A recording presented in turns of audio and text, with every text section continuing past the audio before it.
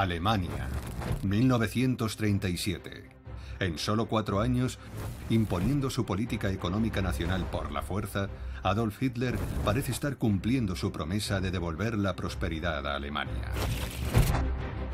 Alemania en 1933 está económicamente hundida. Hay más de 6 millones de parados. Cuando Hitler toma el poder en 1933, hace al pueblo alemán la promesa de que esta será su mayor prioridad.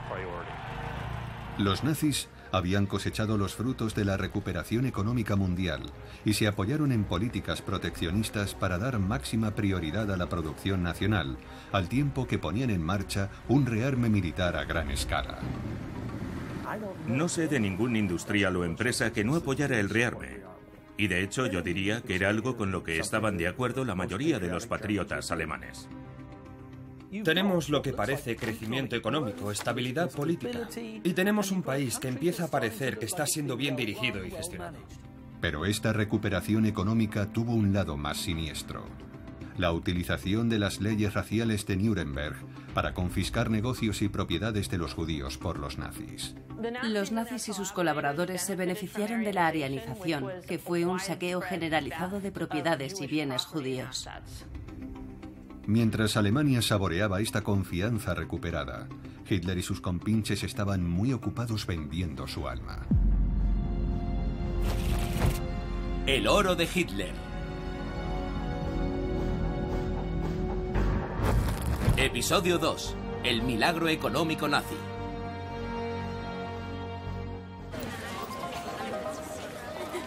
...30 de enero de 1933... Alemania aclama a su nuevo canciller, Adolf Hitler. El inmigrante austríaco y excabo del ejército ha prometido a sus fieles nazis que Alemania volverá a elevarse a una posición de dominio y prosperidad. Pero Hitler no se conforma con tener el futuro de Alemania en sus manos. Quiere controlar toda Europa y quizá el mundo entero. Cuando Hitler llega al poder, decide convocar unas elecciones generales porque quiere ver si puede conseguir suficientes escaños en el Reichstag para introducir una ley habilitante. La ley habilitante sirve para deshacerse de la democracia y le permitiría tener todos los poderes del Parlamento en sus manos. Hitler quería el poder absoluto, pero para conseguirlo necesitaba dinero. Mucho dinero. El 20 de febrero de 1933, Hermann Göring, presidente del Reichstag, convocó a 25 de los más destacados industriales y financieros de Alemania a una reunión secreta con Hitler en su residencia oficial para discutir la financiación de la campaña electoral de los nazis. En esta reunión están presentes algunas figuras muy significativas. Tenemos a Gustav Krupp, Fritz von Opel, Georg von Schnitzler, Albert Vogler. Estamos hablando de empresarios del más alto nivel. Después de que Göring diera comienzo a la reunión e hiciera las presentaciones, Hitler tomó la palabra e hizo lo que mejor sabía hacer: halagar y cautivar a su público y asegurarse de que entendieran que iba a hacerles la vida mucho más fácil a todos ellos, siempre y cuando siguieran sus planes y le llenaran los bolsillos. 14 años después, durante los juicios de Nuremberg, en 1946, los documentos presentados mostraron el alcance de la cooperación y de las contribuciones de los industriales a la causa nazi.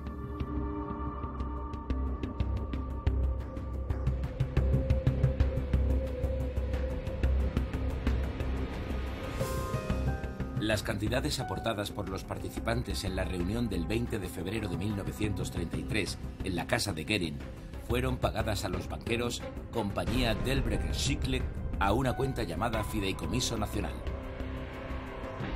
Se dispuso que yo sería el responsable de esta cuenta, que administraba como fideicomisario, y transfería sus fondos extendiendo cheques a nombre del señor Hess. No tengo conocimiento de lo que el señor Hess hizo con ese dinero. Con los millones de marcos alemanes transferidos por Schatt al lugarteniente del Führer, Rudolf Hess, el NSDAP pudo embarcarse en la campaña para las elecciones generales, confiando en la victoria que les daría los escaños necesarios para asumir el poder absoluto. La campaña estuvo marcada por el incendio del Reichstag, hecho del que se culpó a los comunistas y que Hitler utilizó como pretexto para ilegalizarlos.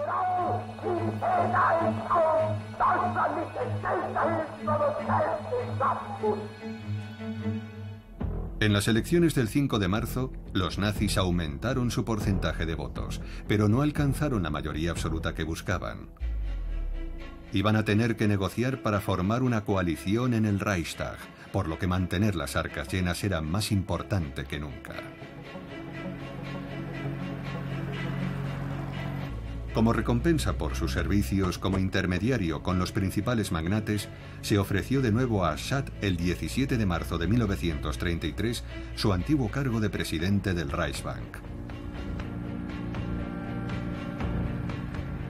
El régimen de Hitler necesitaba credibilidad en este momento, y la mejor forma de conseguirla era mantener a su lado a figuras con credibilidad internacional. Y Schadt, que era una especie de portavoz del mundo financiero conservador, podía darles realmente esa credibilidad. A la hora de atraer a grandes empresas y financieros, Schadt fue el colaborador más importante de Hitler y Göring, pero su colaboración no estuvo exenta de conflictos. El 1 de abril de 1933, las tensiones entre ellos estallaron cuando Hitler declaró un boicot nacional a los negocios judíos y envió a sus matones de camisas pardas para intimidar y atacar las tiendas y grandes almacenes de propiedad judía. Schadt reconoció inmediatamente la estupidez de tal movimiento. En primer lugar, estaban los inversores extranjeros que dijeron: estos grandes almacenes pueden ser judíos, pero nosotros somos ingleses, franceses, italianos, no somos judíos, y nos están perjudicando. Si quiebran, perdemos nuestra inversión. Con los bancos pasaba lo mismo. Decían: no somos judíos, hemos prestado dinero a estos grandes almacenes. Si no pueden pagar sus préstamos, nosotros perdemos. Al final se llegó a tal extremo que incluso los nazis, que trabajaban como empleados en grandes almacenes judíos, decían: el jefe puede ser judío, pero nosotros no. En esta ocasión, Hitler hizo caso a Schadt y retiró el boicot. Sin embargo, esta muestra de lo lejos que estaba dispuesto a llegar Hitler en su política de arianización gustó mucho a sus nuevos amigos de las grandes empresas y especialmente a uno de ellos, el fabricante de armas Gustav Krupp von Bohlen. Krupp, que en su día había criticado a Hitler y a los nazis, eligió este momento para convertirse a la causa. En 1918, cuando ya sabían que se avecinaba la derrota, los Krupp y otros industriales se las ingeniaron para sacar sus patentes y sus ingenieros de Alemania y trasladarlos a España, a Suecia, a los países neutrales. Incluso experimentaron con nuevas armas en la Rusia comunista. En la República de Weimar ya existía un acuerdo secreto de cooperación entre el Reichswehr y el ejército soviético. Se probaron en la Unión Soviética aviones de guerra y tanques que el Reich alemán no podía producir en virtud del Tratado de Versalles. Cuando tuvo la oportunidad de reunirse en secreto con Hitler el 3 de febrero de 1933, Krupp recibió garantías del inminente rearme de Alemania y de que en poco tiempo sus fábricas podrían volver a funcionar dentro de las fronteras alemanas. Días después de llegar al poder, Hitler pronunció un discurso ante un grupo de altos mandos del ejército y lo expuso con claridad. Dijo: la prioridad número 1 es el rearme y el ejército ocupará el lugar más importante en mi gobierno. Krupp, como otros empresarios alemanes, también era un oportunista. Estaba dispuesto a comprometerse con el poder político siempre que éste no pusiera en peligro sus intereses como empresario, y así fue. Como empresa siderúrgica y de armamento, Krupp fue una de las que más se benefició del creciente gasto del Reich en armamento. Gustav Krupp ya había donado 1 millón de marcos a la campaña electoral nazi como muestra de su buena voluntad, pero ahora quería ir más allá. Aseguró a Hitler que sus industrias estaban dispuestas a rearmar Alemania y a seguir contribuyendo al NSDAP sin más condiciones que la de servir y apoyar al Reich de Hitler. Este fue el comienzo del pacto fáustico entre la élite nazi, las grandes empresas y el ejército alemán que iba a controlar el Tercer Reich hasta su fatídico final.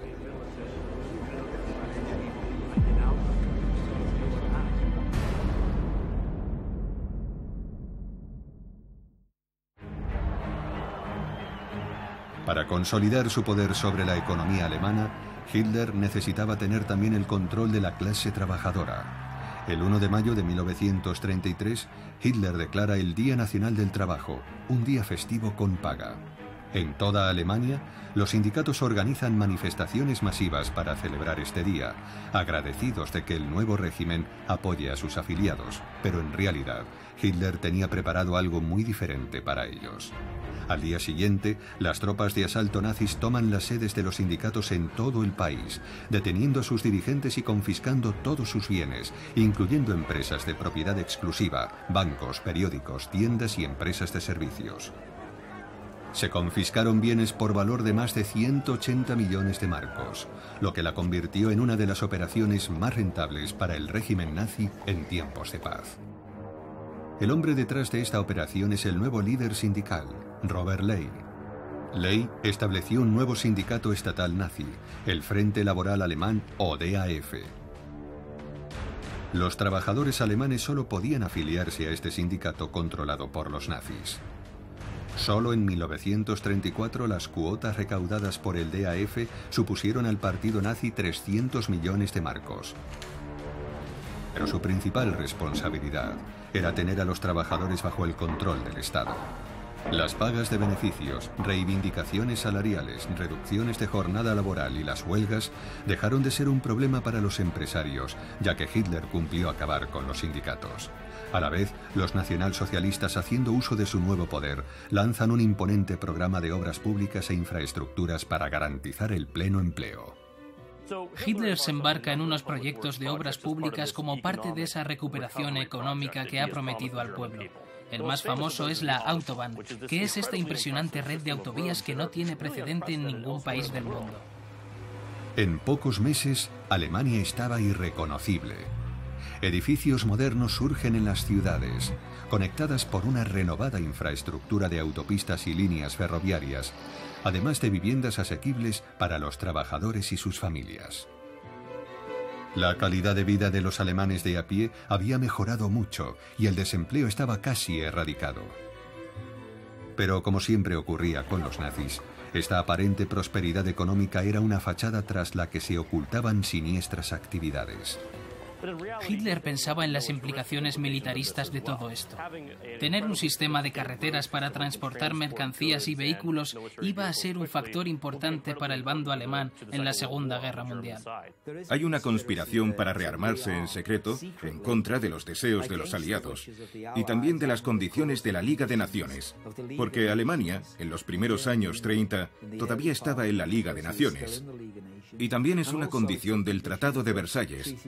Así que Hitler estaba dispuesto a llegar muy lejos para rearmarse en el más absoluto secreto. Dado que el rearme de Alemania tenía que llevarse a cabo en secreto, los nazis tenían que encontrar la forma de ocultar los costos de tal cometido. Necesitaban una nueva financiación secreta. Una vez más, el fiable Gial Marschat ideó una solución ingeniosa: la creación de los bonos MEFO. MEFO eran las siglas de la Corporación para la Investigación Metalúrgica, una empresa fantasma creada por Schad para que el gobierno pudiera extender créditos a las empresas alemanas a cambio de obligaciones gubernamentales reembolsables. Como es habitual en este tipo de instrumentos comerciales, se emitían a un plazo de 3 meses. En otras palabras, el Reich suscribía créditos para financiar contratos de armamento. Solo que estos bonos tenían una cláusula de renovación y podían aplazarse hasta 5 años, algo que en realidad no estaba permitido por la ley. Esto permitía al Reich endeudarse, aunque de facto era una deuda a largo plazo que no tenían que declarar en el registro ni en el presupuesto imperial. El capital inicial de MEFO lo aportaron 4 de los mayores fabricantes de armas del país, entre ellos Krupp. Estas empresas no solo iban a construir la maquinaria bélica de Alemania, además serían un agente de importancia hacia el pleno empleo. Con sus altos hornos a plena capacidad y el negocio en auge, Gustav Krupp decidió que era el momento de mostrar a Hitler lo agradecido que estaba por su apoyo. Para ello estableció un fideicomiso llamado el Fondo Adolf Hitler, en el que él y otros magnates de la industria podían donar a los nazis parte de sus beneficios por la campaña de rearme. En un principio, esas donaciones se consideraban voluntarias. Más tarde, Krupp impuso que las donaciones debían ser el 0,5% de los costes salariales totales el año anterior. En su primer año esto supuso una inyección de 30 millones de marcos. Al principio, Hitler decretó que este fideicomiso a su nombre solo sería utilizado para financiar al partido nazi. Cuando Hitler llega al poder, hace una gran jugada cuando dice: estoy completamente limpio en lo económico, voy a renunciar al sueldo de canciller. Puedo vivir de ese fondo del partido nazi que yo mismo he creado y de los derechos de mi libro, Mein Kampf. Max Hammann ya había dejado claro que cada pareja que se casase debía tener un ejemplar de Mein Kampf y costaba bastante dinero, así que de aquello sacó una gran cantidad de dinero.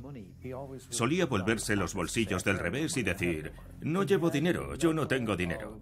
Tenía una serie de personas importantes como Max Hammann que actuaban como sus administradores personales y utilizaban un mecanismo poco conocido, que es que un fideicomiso puede ser verbal, no tiene que ser necesariamente un documento firmado. Y él tenía fideicomisos verbales con Max Hammann y con su fotógrafo Hoffman, que se encargaba de sus fondos personales.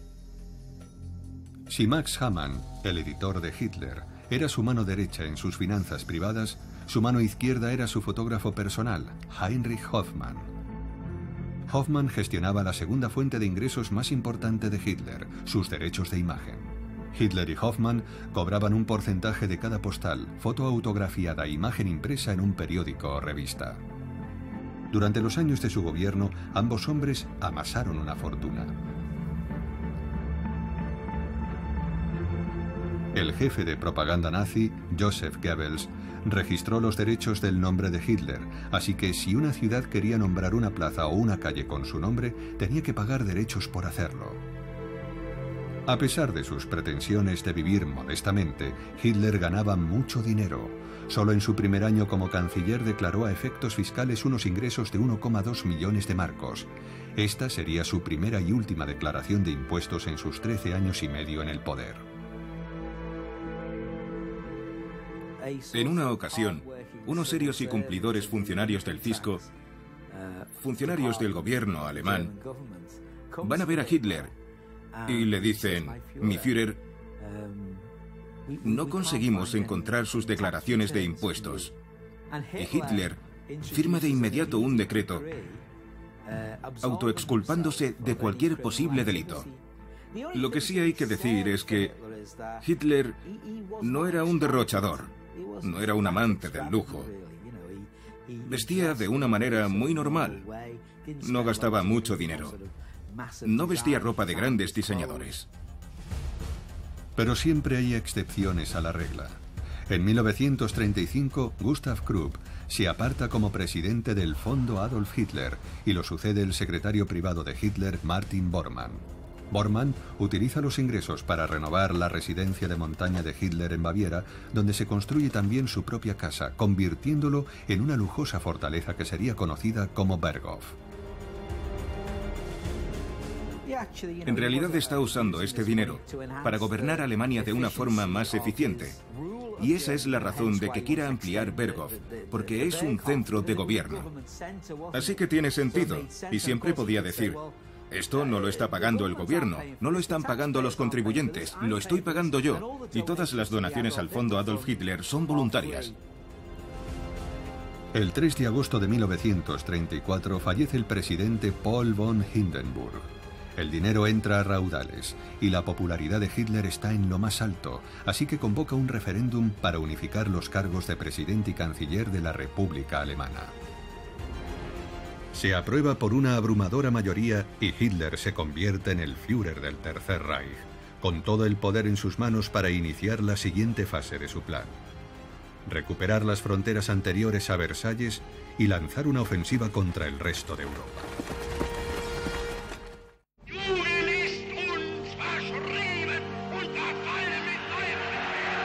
Agosto, 1934. Adolf Hitler es ahora el Führer, el gobernante absoluto de Alemania. Tras ilegalizar y exiliar a todos sus oponentes políticos internos y concentrar toda la autoridad en su persona, ahora está dispuesto a hacer público su ya avanzado plan de rearme militar. Mientras embauca a los otros líderes mundiales asegurándoles que su rearme no tiene una intención agresiva, confía en su recién ascendido ministro de Economía, Hjalmar Schacht, para alimentar económicamente el rearme a un ritmo redoblado. Hjalmar Schacht fue sobre todo el responsable de financiar el rearme alemán con la economía exterior mediante la firma de acuerdos comerciales bilaterales que negoció como ministro de Economía, pero también mediante la ampliación de los plazos de liquidación de los préstamos y bonos. Hjalmar Schacht fue la imagen de seriedad que el Reich alemán quería presentar ante los países occidentales. En el extranjero se le consideraba la figura que podía moderar o incluso controlar políticamente a Hitler y a sus colaboradores más cercanos, pero esta idea era errónea. El 16 de marzo de 1935, Hitler proclama oficialmente el rearme de Alemania y pone su aparato industrial a toda máquina. Además, al mismo tiempo que incrementa el gasto militar del país, reimplanta el servicio militar obligatorio. El servicio militar obligatorio redujo el desempleo en Alemania, saca a millones de hombres del mercado de trabajo y los emplea en las Fuerzas Armadas. Alemania proclama haber reducido el desempleo a cero y alcanzado el pleno empleo. Esto es un gran logro cuando la mayor parte del mundo sigue por encima del 20% y Alemania parece haber resuelto este problema casi de la noche a la mañana. Tenemos lo que parece crecimiento económico, estabilidad política. Y tenemos un país que empieza a parecer que está siendo bien dirigido y administrado. Y no olvidemos que 1936 es el año de los famosos Juegos Olímpicos de Berlín. Esto es una fabulosa campaña de publicidad. Los Juegos Olímpicos de Berlín de agosto de 1936 fueron el escaparate de una Alemania resurgente y la reafirmación de las intenciones pacíficas de los nazis. Cuando se trataba de impresionar, Hitler y su jefe de propaganda, Joseph Goebbels, no reparaban en gastos. Gastaron 16 millones de marcos imperiales y a nivel nacional fueron 30 millones. Además, produjeron una increíble película documental de propaganda llamada Olimpia, de la famosa directora Leni Riefenstahl. Y eso costó alrededor de 7 millones de marcos. Estamos hablando de cifras astronómicas. Esto realmente les funcionó a los nazis. Ahora Hitler podía sacar pecho en el escenario mundial, sabiendo que las llamadas grandes potencias estaban acobardadas por esta nueva demostración de fuerza y supremacía de Alemania. Había rearmado el país contraviniendo directamente el Tratado de Versalles ante la breve y tibia protesta de los aliados occidentales. Había promulgado las infames leyes raciales de Nuremberg y nadie había movido un dedo. Era intocable. Una vez completado con éxito un plan económico de 4 años, Hitler estaba listo para lanzar el siguiente. Pero esta vez, su supervisión estaría a cargo de alguien más cercano al trono de Hitler, Hermann Göring. El plan cuatrienal fue redactado por Göring en 1936 por encargo de Hitler. Este plan consistía en convertir la economía alemana en una economía de guerra en un plazo de 4 años, reduciendo las importaciones de materias primas, invirtiendo en sectores económicos como la producción de combustible, con lo que el Reich se hacía más independiente del exterior. El objetivo era sobre todo concentrar las materias primas escasas, como el acero, en los sectores más importantes para el armamento. Con los vínculos de Göring con la alta sociedad y la clase dirigente, esta era una forma de reforzar los lazos entre el partido nazi y una compañía alemana muy influyente, el gigantesco conglomerado químico IG Farben. En la década de 1920, IG Farben está en el puesto 450, más o menos, de las empresas más ricas del mundo. En 1942 es la tercera empresa más rica del mundo. ¿Cómo sucedió esto? Como esta empresa, que era una empresa química, llegó a ser un gigante monopolista tan dominante en la Alemania nazi. Cuando el gobierno nazi impulsó la producción de combustibles sintéticos a partir de 1934, IG Farben, que era su mayor fabricante, se benefició considerablemente. Desde este punto de vista, IG Farben pudo beneficiarse del cambio de rumbo hacia una política de autosuficiencia, hacia una política de armamento, también como conglomerado. Era una empresa química, pero además fabricaba caucho sintético, aceites sintéticos y más adelante también un pesticida llamado Ciclón B. El Ciclón B iba a jugar un papel muy significativo y siniestro en el horror de la solución final. La relación entre IG Farben y los nazis se remontaba cuando hicieron contribuciones económicas a las campañas electorales nazis. Algunos de sus ejecutivos más importantes eran miembros del partido. En la reunión secreta entre Hitler y los principales industriales alemanes el 20 de febrero de 1933, el cártel químico estuvo representado por un importante miembro del Consejo, Georg von Schnittler. Tras aquella reunión, IG Farben se convirtió en uno de los principales donantes del partido nazi. Dan unas donaciones muy cuantiosas al fondo Adolf Hitler, pero también hay un quid pro quo, porque IG Farben no solo apoya a Hitler desde la barrera, insiste en que sus directores tengan una visión nacional socialista. Y de hecho les da cursos de formación dentro de sus programas de formación. Así que hablamos de una compañía que no juega simplemente un papel marginal. Es una compañía que realmente se involucra con el régimen de Hitler. El nuevo plan económico cuatrienal iba a impulsar la producción de guerra sin precedentes, pero no todos estaban impresionados con el trabajo de Hermann Göring. Hjalmar Schacht pensaba que el peso pesado nazi estaba invadiendo su territorio y utilizando su posición para enriquecerse y promocionarse a él tanto como a Alemania. Todo lo que se consiguió con el plan cuatrienal no fue más que la consecuencia de las medidas que yo había tomado como ministro de Economía. A finales de 1937 yo ya los había coordinado con el plan cuatrienal y con la industria, cuando la Fundación Reichswehr Hermann Göring me tomó completamente por sorpresa.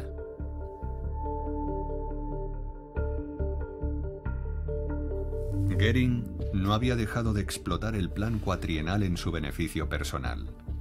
Fue cuando los fabricantes de armamento se preocuparon por la calidad de las principales reservas de mineral de hierro en las montañas de Harz. Göring no solo prohibió el uso del mejor mineral importado, sino que fundó una nueva empresa estatal de fundición de hierro llamada Reichswerk Hermann Göring, de cuyos beneficios iba a embolsarse una generosa tajada.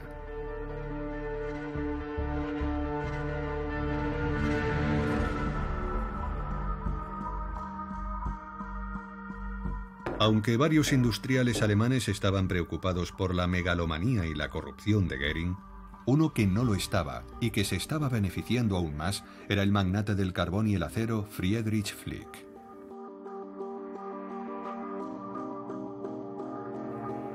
Flick, un hombre que había construido su imperio industrial desde los cimientos, fue uno de los 25 empresarios presentes en la reunión secreta del 20 de febrero de 1933.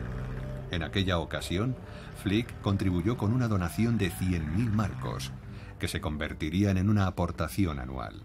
Como muchos otros, Flick obtendría a cambio contratos para el programa gubernamental de rearme. Pero iba a involucrarse más con el régimen nazi cuando su representante, Otto Steinbrink, le presentó al Reichsführer de las SS, Heinrich Himmler. Flick se convirtió rápidamente en partidario del mariscal. En este círculo de amistades del Reichsführer de las SS estaban representados empresarios alemanes como miembros de consejos de administración de empresas alemanas. Este grupo de amigos del Reichsführer de las SS tenía la misión de recaudar donaciones en beneficio del mismo Heinrich Himmler, de las que éste podía disponer libremente. Estas donaciones anuales ascendían a cerca de 1 millón de marcos al año. Himmler había visto con amargura cómo su eterno rival por la atención de Hitler, Göring, se había convertido en el señor de la economía alemana. Pero irónicamente, cuando Göring se convirtió en el responsable del nuevo plan cuatrienal, se encontró con que necesitaba la Organización Nacional de las SS para gestionarlo. Las SS también necesitaban relacionarse con financieros como Friedrich Flick, quien suministraría toneladas de carbón para operar los altos hornos de la Reichswerk Hermann Göring. Una víctima de la nueva cooperación entre Himmler y Göring en la coordinación de la economía alemana fue Hjalmar Schacht. Schacht se había enfrentado con Göring al transmitir a Hitler sus dudas sobre la gestión económica de Göring. Ahora, con Himmler en su bando, Göring pudo desplazar fácilmente a Schacht, a quien como consuelo se le permitió seguir siendo presidente del Reichsbank, por el momento. No creo que Hitler fuera un buen gestor. Creo que su sistema era dar a 4 personas el mismo trabajo y dejar que se pelearan por hacerlo. Había mucha gente que competía por obtener la atención de Hitler. No se delegaba adecuadamente, no había una gestión adecuada. Tras quitar de en medio a Schad, Göring había consolidado con éxito su posición como jefe único y supremo de la economía y la industria alemana. Con su habitual estilo soberbio, no pudo resistirse a dar el golpe de gracia al humillado Schad con una llamada telefónica de despedida desde su suntuoso despacho en el Ministerio de Economía. Herr Schad, ahora mismo estoy sentado en su sillón. Alemania, noviembre de 1937. Desde hace un año la economía en expansión de la nación ha estado bajo el control de uno de los hombres de confianza de Hitler, Hermann Göring. Pero a pesar de su ritmo de crecimiento, sigue teniendo varios problemas importantes. Su autosuficiencia y su enfoque proteccionista han supuesto la sustitución de materias primas de alta calidad importadas por otras nacionales de menor calidad. Y para satisfacer las demandas del plan cuatrienal y mantener el ritmo de rearme, el Tesoro alemán tiene que suscribir grandes préstamos endeudándose gravemente. Hay que tener en cuenta que el país se está recuperando porque se está endeudando. Está pidiendo mucho dinero prestado y la única forma para devolver tanto dinero es mediante la expansión territorial. Y eso significa invadir otros países y saquearlos. El 12 de marzo de 1938, las tropas alemanas anexionan su pequeña vecina Austria sin hacer un solo disparo.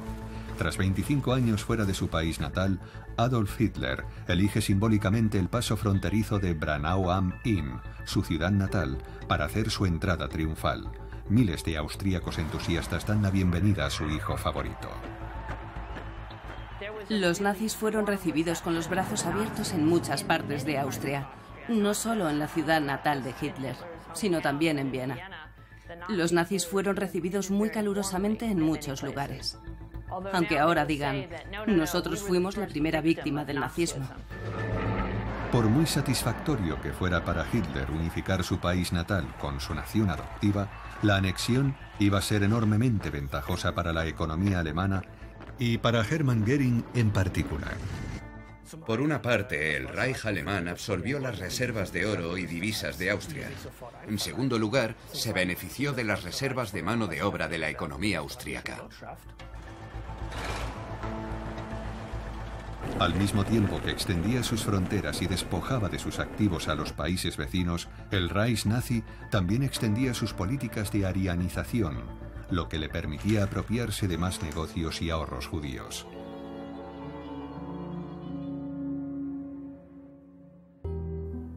La arianización era un programa muy bien desarrollado y bien orquestado. Adolf Eichmann había desarrollado una estrategia muy eficiente para despojar de todo a los judíos que querían irse. Primero de Austria y en segundo lugar de Alemania.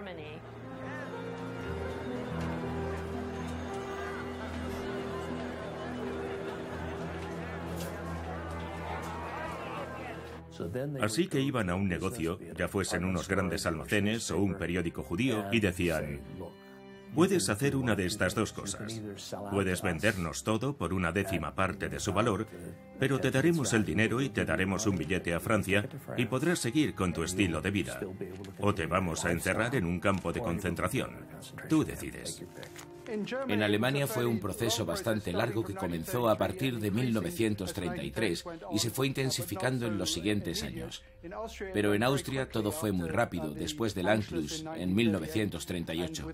En pocos meses se habían incautado las empresas en una arianización salvaje y luego la Oficina de Transferencia de Propiedades continuó el trabajo.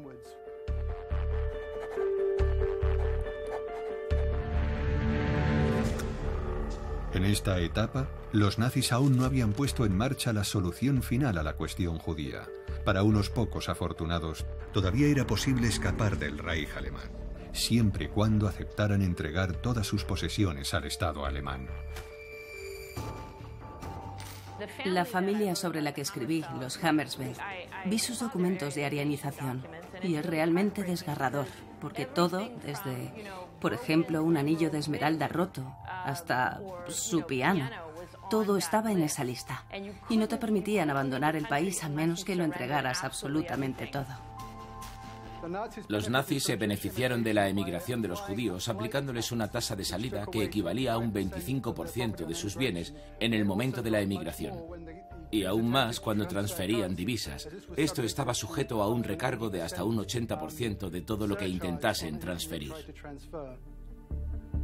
A medida que aumentaba la presión de la arianización entre 1935 y 1938, no era raro que los judíos vendieran sus negocios a arios en los que pensaban que podían confiar para que los gestionasen hasta que les permitieran regresar.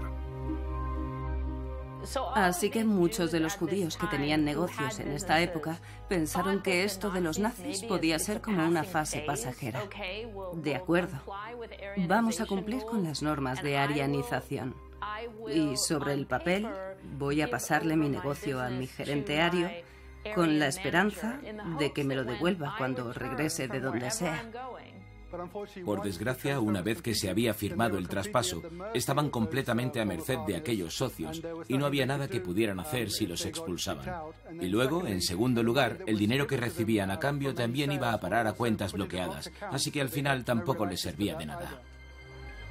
En Austria, este proceso se intensificó cuando Goering impuso el registro obligatorio de las propiedades judías como parte de su plan cuatrienal. La Oficina Central de Seguridad del Reich era una especie de oficina de liquidación. En esencia, te daban un visado de salida para abandonar tu propio país. Pero era como una fábrica donde entrabas, te robaban todas tus posesiones, renunciabas a todo sobre el papel y al final conseguías los documentos para poder salir, si tenías suerte.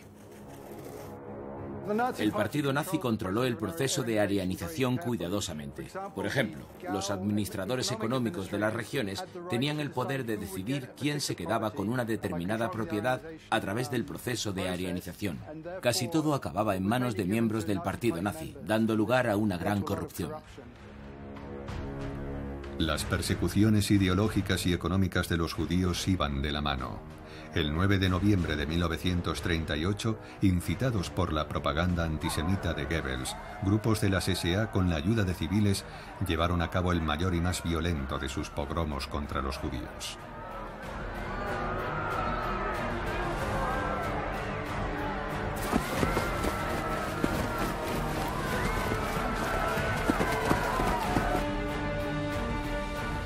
La noche de los cristales rotos.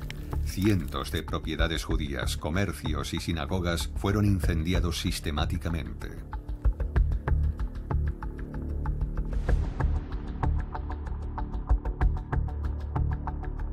Muchos de los comercios destruidos estaban asegurados por arios que habían alquilado locales de su propiedad a los judíos. Y ahora esos arios reclamaban su dinero poniendo a algunas compañías de seguros alemanas al borde de la quiebra. Goering estaba furioso con Goebbels. En una reunión le dijo, ¿no podrías haber matado a unos cuantos judíos en lugar de romper los escaparates que luego tenemos que repararlos con cristal belga importado? Goering ideó una solución muy simple. Hizo responsables a los judíos de la violencia y les exigió el pago de 1.000 millones de marcos a través de impuestos directos adicionales a modo de reparación. Aplicaron un impuesto sobre la riqueza a todos los judíos, que debían pagar a lo largo de 18 meses en 5 plazos. Así se apropiaron de un 25% de todo el capital judío, más de 1.000 millones de marcos imperiales. Y se justificó como un impuesto punitivo. Los judíos no habían sido los responsables, fueron las víctimas.